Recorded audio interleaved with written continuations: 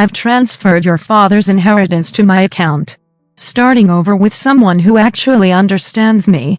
My name's Trevor. I'm 43, been a financial planner in Charlotte for 15 years. The text came while I was reviewing client portfolios at my desk, the same desk where I'd helped hundreds of people protect their money from exactly this kind of thing. I read it twice. Then I looked at the bank screenshots she'd attached. The joint account showed $8,300 gone, just like that. My wife Brianna was supposed to be on a wellness retreat in Sedona, something about chakras and finding her authentic self. I paid for it, naturally. Same way I'd paid for the emotional detox weekend in Asheville, the mindfulness retreat in Colorado, and the spiritual awakening workshop in California.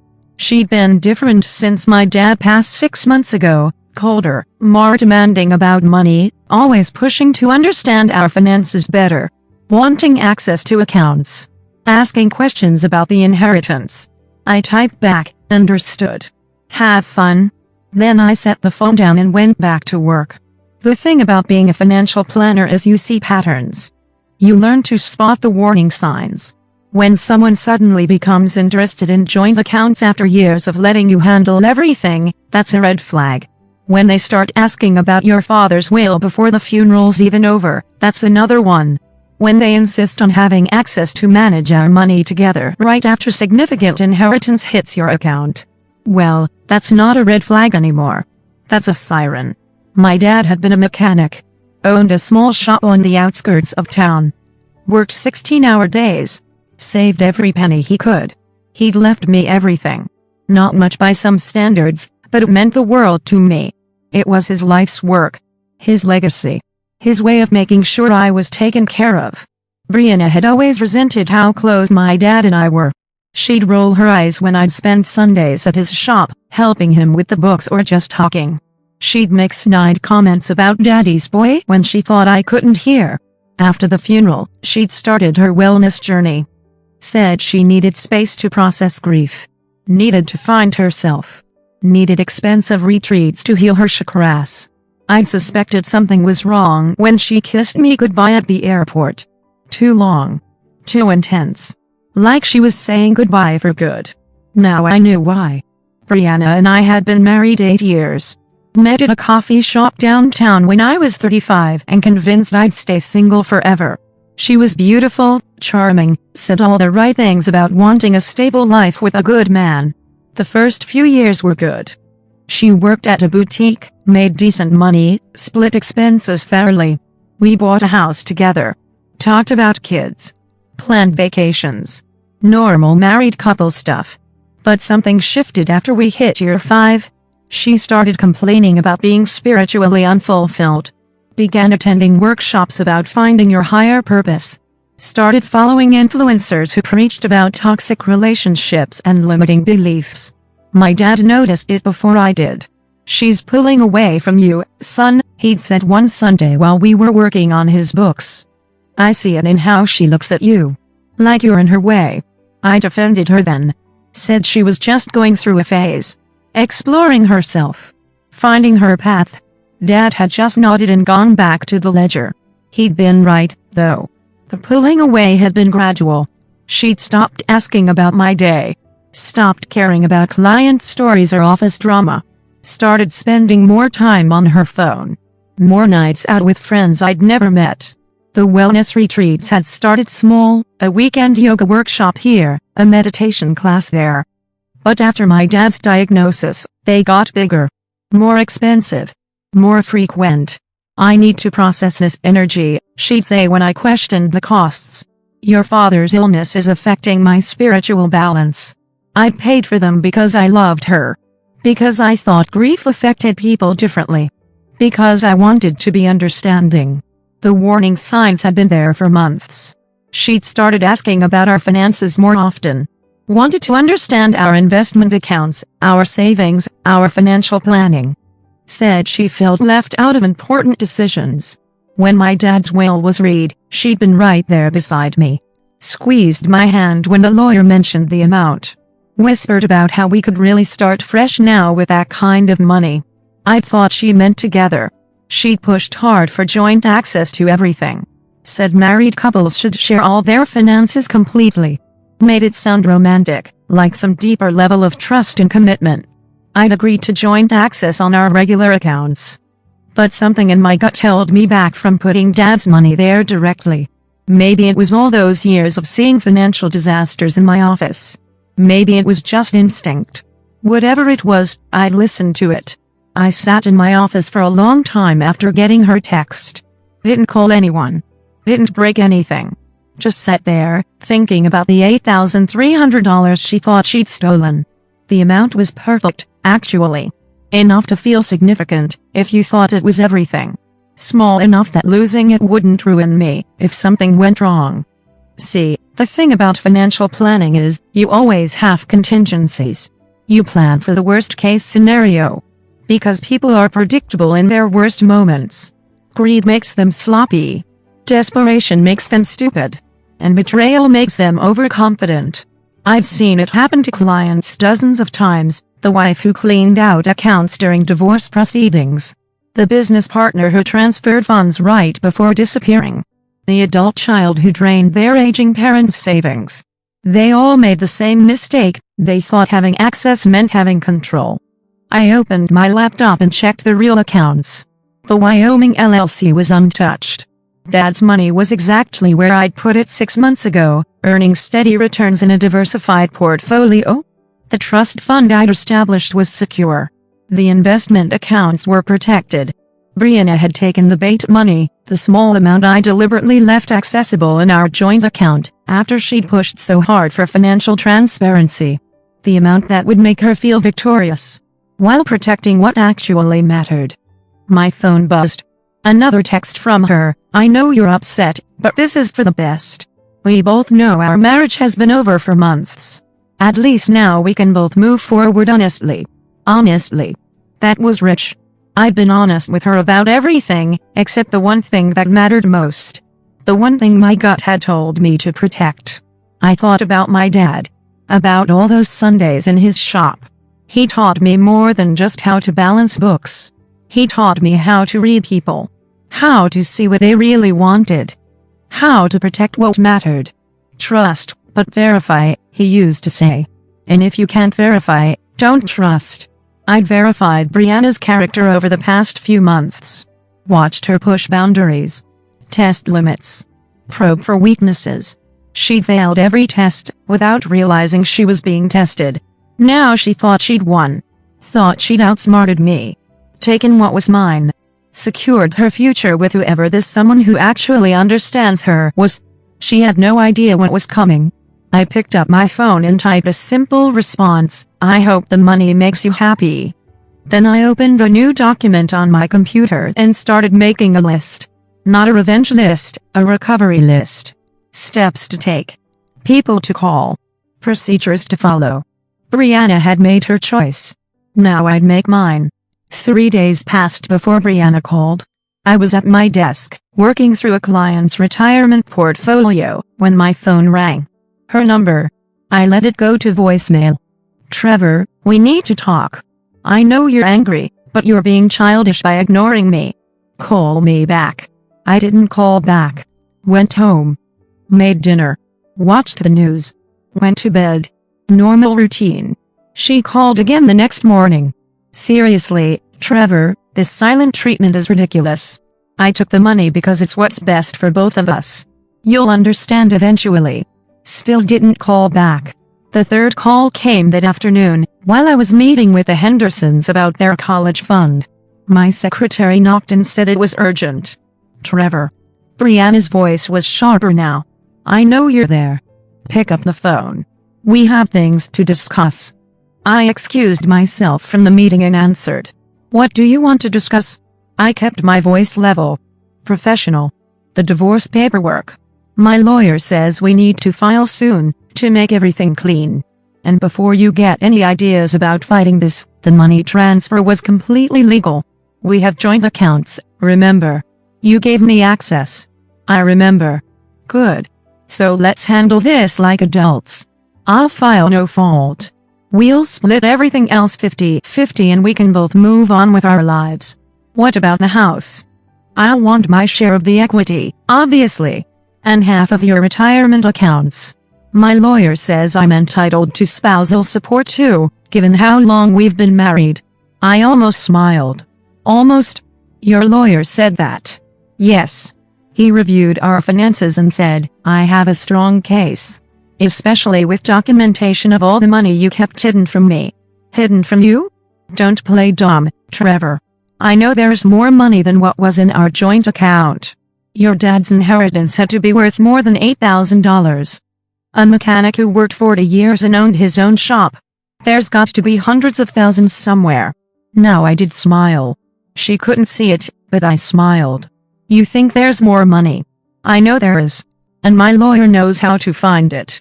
Hidden assets don't stay hidden during divorce proceedings. You should definitely have your lawyer look into that. Something in my tone must have registered. She went quiet for a moment. What's that supposed to mean? Nothing. Just that you should absolutely have your lawyer do a thorough investigation. I want everything to be transparent. Trevor, you're scaring me a little. You're being too calm about this. Why would I be upset? You said this is what's best for both of us. It is, but then I hope your lawyer finds everything he's looking for. I hung up. An hour later, she called back. My lawyer wants to meet with you and your attorney next week. We can settle this quickly if you cooperate. I don't have an attorney yet. Well, get one. And Trevor, don't try to hide assets. My lawyer specializes in high net worth divorces. He'll find everything. I'm counting on it. That evening, I did something I'd been putting off for months. I drove to my dad's old shop. The new owner had kept most of it the same, but it felt different without his presence.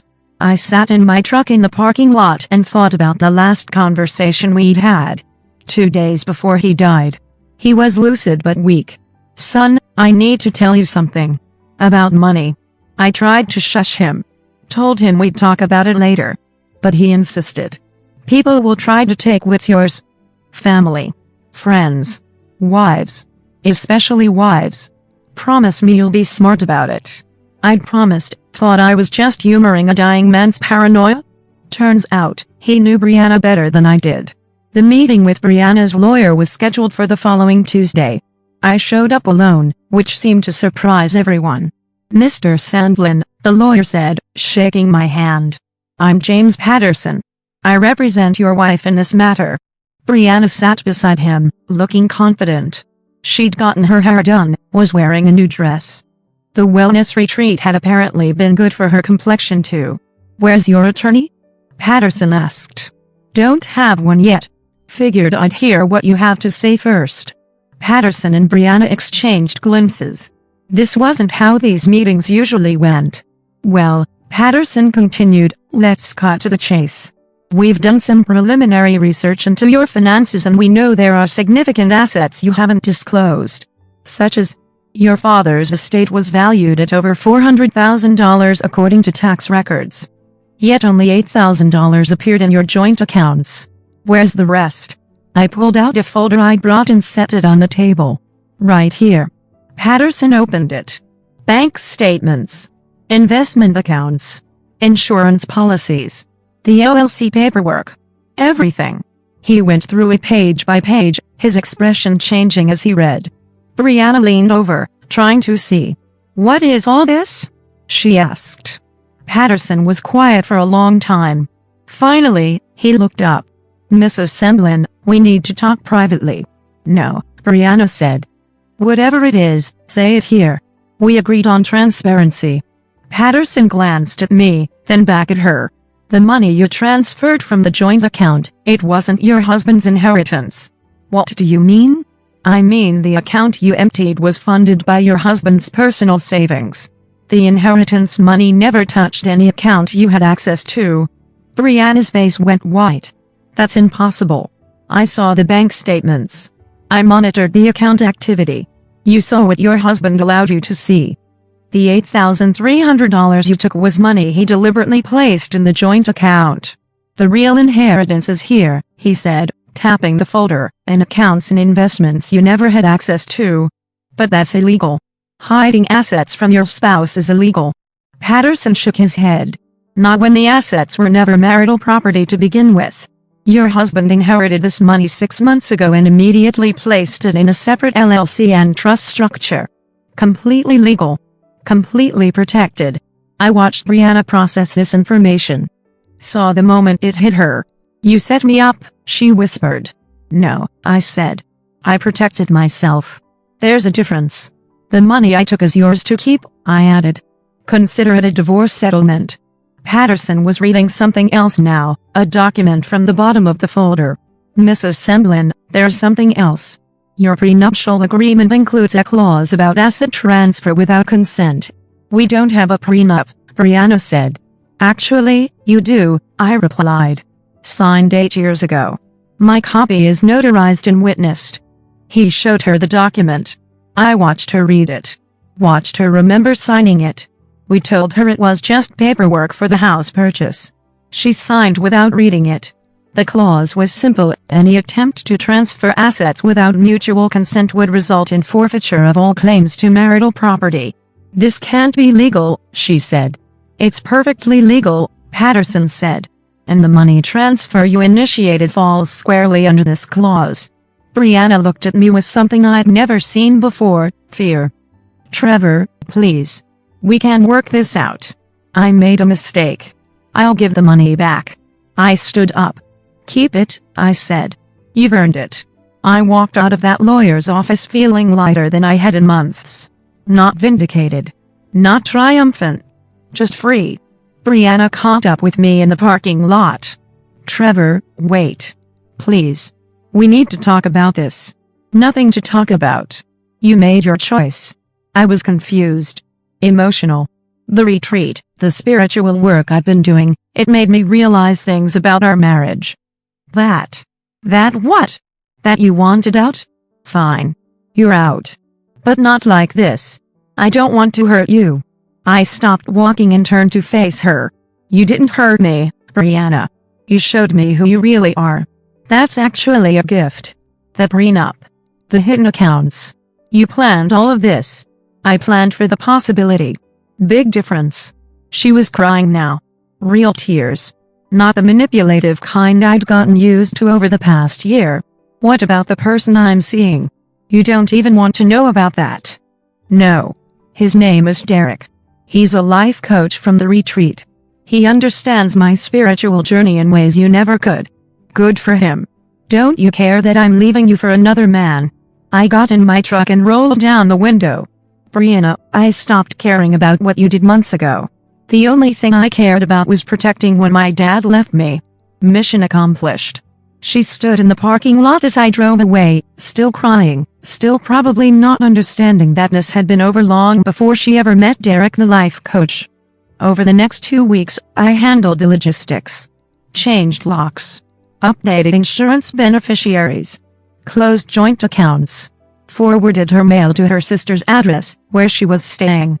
She called a few times, trying different approaches. Anger. Then guilt. Then bargaining. Then threats. I kept the conversations short and businesslike. The divorce papers arrived on a Thursday. I signed them immediately and sent them back. No contest. No complications. She could have the $8,000 she'd taken, and nothing else. My lawyer called the following week. She's trying to contest the prenup, he said. Claims she was coerced into signing it. Any chance that works? No. The witnesses are still alive. The notary kept records. And there's no evidence of coercion.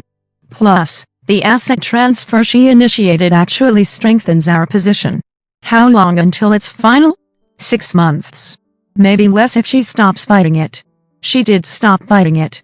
Derek the life coach apparently wasn't interested in a prolonged legal battle with an uncertain outcome. Funny how spiritual enlightenment disappears when money gets tight. The papers were finalized on a Tuesday in March. I was at my office when the notification came through. Didn't feel like celebrating. Didn't feel like mourning. Just felt like moving forward. That weekend, I drove out to my dad's grave. Hadn't been there since the funeral, but it felt like time. You were right about her, I said to the headstone. Thanks for teaching me to be smart about it. The wind picked up, rustling the oak tree he was buried under. Could have been coincidence. Could have been him acknowledging what I'd said. Didn't matter either way. I walked back to my truck and headed home. Had a house to myself now. Money in the bank. And a clear conscience. Brianna had started over with someone who understood her. I'd done the same thing, just smarter. The call came 6 months later, while I was having lunch at my desk. Brianna's voice, but different. Scared. "Trevor, I need help." I almost hung up, but something in her tone stopped me. "Derek left me," she said. "Took the money and disappeared. All of it." I set down my sandwich. "What money?" "The $8,000 from our account. Plus money I'd saved. Plus money I borrowed against my sister's house to invest in his life coaching business." "How much total?" $37,000. I was quiet for a long moment. "Brianna, why are you calling me?" "Because I don't know what else to do. My sister won't speak to me. Derek won't answer his phone. His business was fake, Trevor. The whole thing was a scam. And you want what from me? I know I don't deserve it. But could you loan me enough to pay my sister back? I'll lose everything if I can't make her mortgage payments." I thought about it. Really thought about it. "No. Please, Trevor. I know I hurt you, but you didn't just hurt me, Brianna. You tried to steal from me. You planned to leave me with nothing while you ran off with another man. The only reason you're calling now is because your plan backfired." I was confused. Lost. "I made terrible mistakes." "Yes, you did. And now you get to live with the consequences. So that's it? You're just going to let me lose everything? You already lost everything that mattered. The rest is just details." I hung up. 2 years have passed since that last conversation. I heard through mutual friends that Brianna moved back in with her parents in Tennessee. Lost her sister's house. Filed for bankruptcy. Works retail now. Derek never resurfaced, probably running the same scam on someone else in another city. I sold our old house and bought a smaller place closer to my dad's shop. Nothing fancy, but it's mine. Quiet neighborhood. Good neighbors. Space for a workshop in the garage. The inheritance money has grown steadily, smart investments, careful planning. The kind of long-term thinking my dad would have approved of. I've been able to help a few clients avoid their own financial disasters. Share some hard-earned wisdom about protecting assets and reading warning signs. I started dating again recently. Met a woman named Grace at a financial literacy workshop I was teaching. She's a teacher. Divorced. Has 2 kids. We take things slow. Keep our finances separate. And she actually laughs when I talk about trust but verify banking strategies. She knows about Brianna. Knows about the inheritance situation. Says she's impressed by how I handled it. But I don't see it that way. I just did what my dad taught me to do, protected what mattered, and let the rest sort itself out. Sometimes I wonder if I could have saved my marriage by handling things differently. Been more trusting. More open. More willing to take risks, with my heart and my money. But then I remember that text message. The casual cruelty of it. The months of planning that must have gone into her betrayal. And I know the truth, some people are worth the risk. And some people aren't. The trick is learning to tell the difference before it costs you everything. Learning that lesson was worth every penny of my father's inheritance.